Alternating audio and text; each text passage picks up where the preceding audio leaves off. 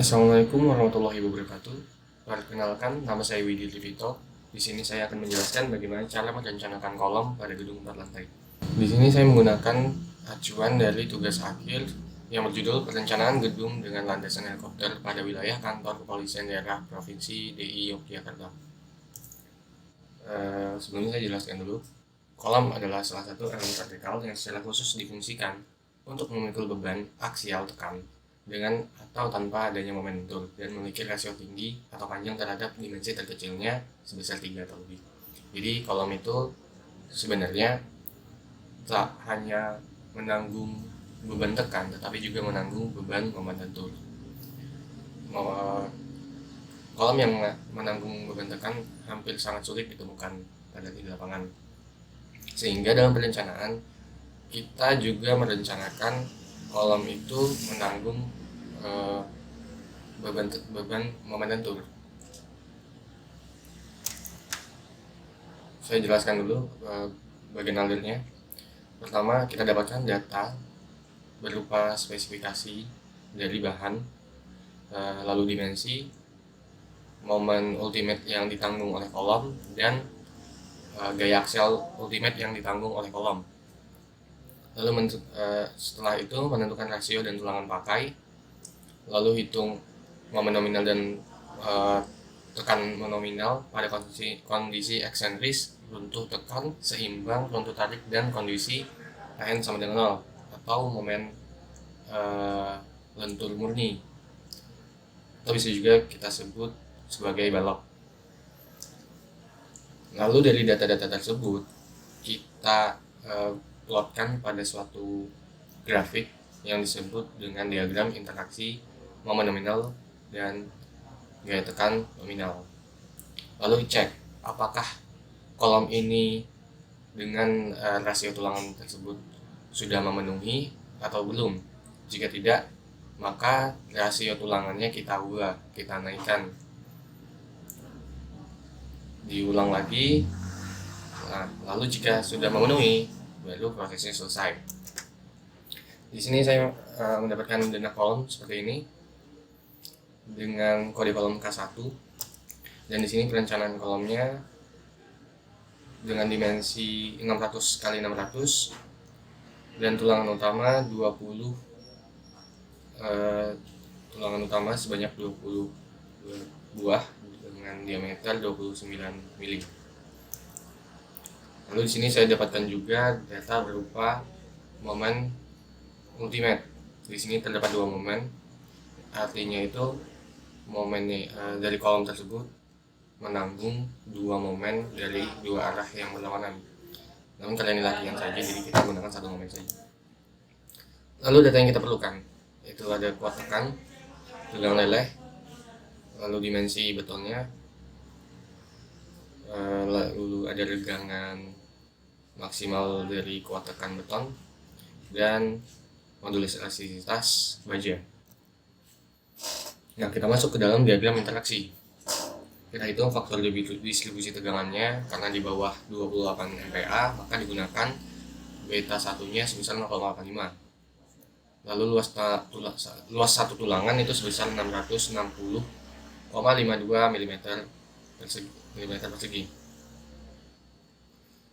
Lalu ada luas kolom dan tegangan baja kita dapatkan dari Fy dibagi dengan modulus elastisitasnya, dan kita berikan juga jarak dari luar kolom ke titik berat tulangan. Lalu di sini ada kondisi balance.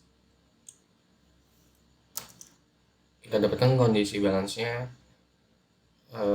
atau kondisi seimbangnya itu pada jarak 320,1 mm dari tepi terluar kolom.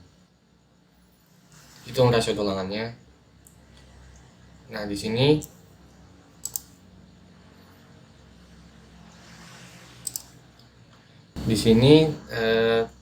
perencanaan kolom digunakan tulangan samping sehingga simetris dari kedua arahnya, baik dari arah X maupun arah Y-nya. Sehingga jumlah tulangan dipakai harus kelipatan 4. 8, 12, 16, dan seterusnya. Lalu kita hitung regangan. Regangan pada baja itu didapatkan dengan rumus seperti berikut. Lalu kita cari nilai regangan baja tulangan dan tegangan baja tulangan pada tiap-tiap barisnya. Karena kita asumsikan sebagai 16 di sekian, maka formasi dari baris tulangannya adalah 5, 22, 25. Sehingga untuk regangan pertama ini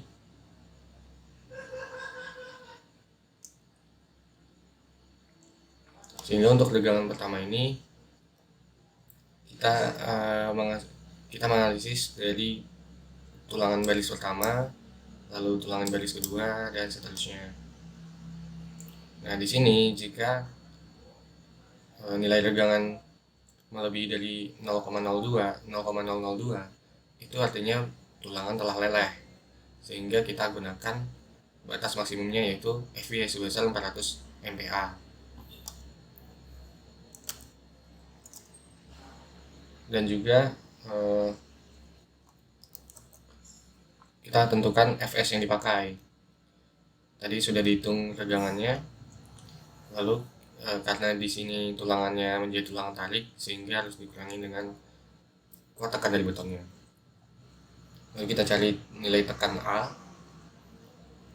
C dikali dengan beta 1 tadi yang sudah kita tentukan. Lalu kita dapatkan panjangnya sebesar 544,17. Lalu kita cari resultan gaya internal baja tulangan tiap baris tulangan. Nah, pada baris pertama tadi kita akan menggunakan formasi 5, 22, 25. Jadi pada baris pertama kita gunakan 5, pada baris kedua kita gunakan 2, lalu pada baris selanjutnya seterusnya hingga pada baris kelima menggunakan baris tulangan 5.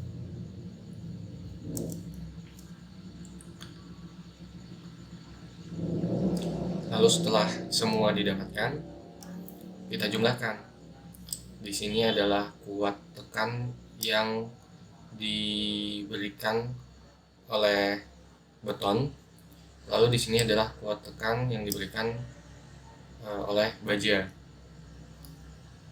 Kita jumlahkan, dapat tekan nominalnya adalah 9.000, lalu kita reduksi menjadi 6.000. Setelah didapatkan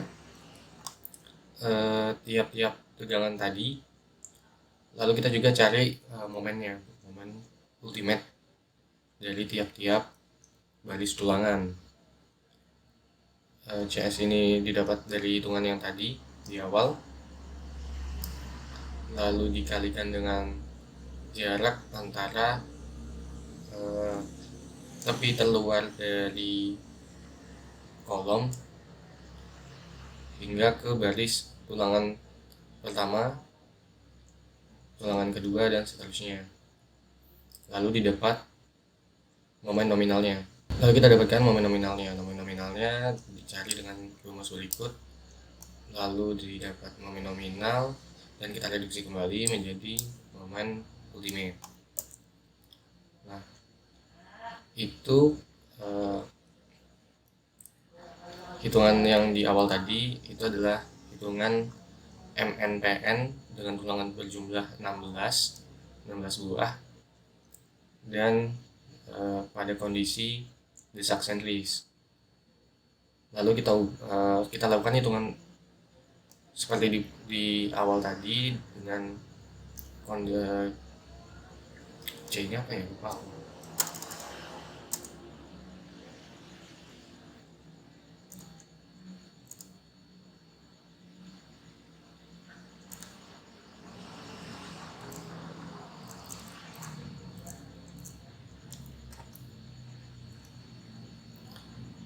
Nah, ini adalah rekapitulasi perhitungan MN dan PN dengan tulangan berjumlah 16 batang dengan kondisi desak sentris. Selanjutnya adalah kita cari pada kondisi kondisi runtuh tekan dan kondisi seimbang, lalu kondisi tarik dan lentur murni. Didapat MNPN-nya, kita plotkan ke dalam diagram. Nah, di sini ada garis dari diagram MNPN dengan tulangan 16 buah. Lalu kita plotkan juga momen ultimate dan tekan ultimate yang ditanggung oleh kolom ke dalam grafik. Nah, jika kita lihat di sini kondisinya ini, kolom dengan tulangan 16 itu tidak cukup kuat untuk menahan momen ultimate dan kondisi tekan ultimate, sehingga kita gunakan tulangan sebanyak 20. Dilakukan juga perhitungan seperti di awal tadi, dan kita dapatkan ternyata kondisinya aman, sehingga dipakailah tulangan sebanyak 20 dengan diameter 29. Sekian dari saya. Wassalamualaikum warahmatullahi wabarakatuh.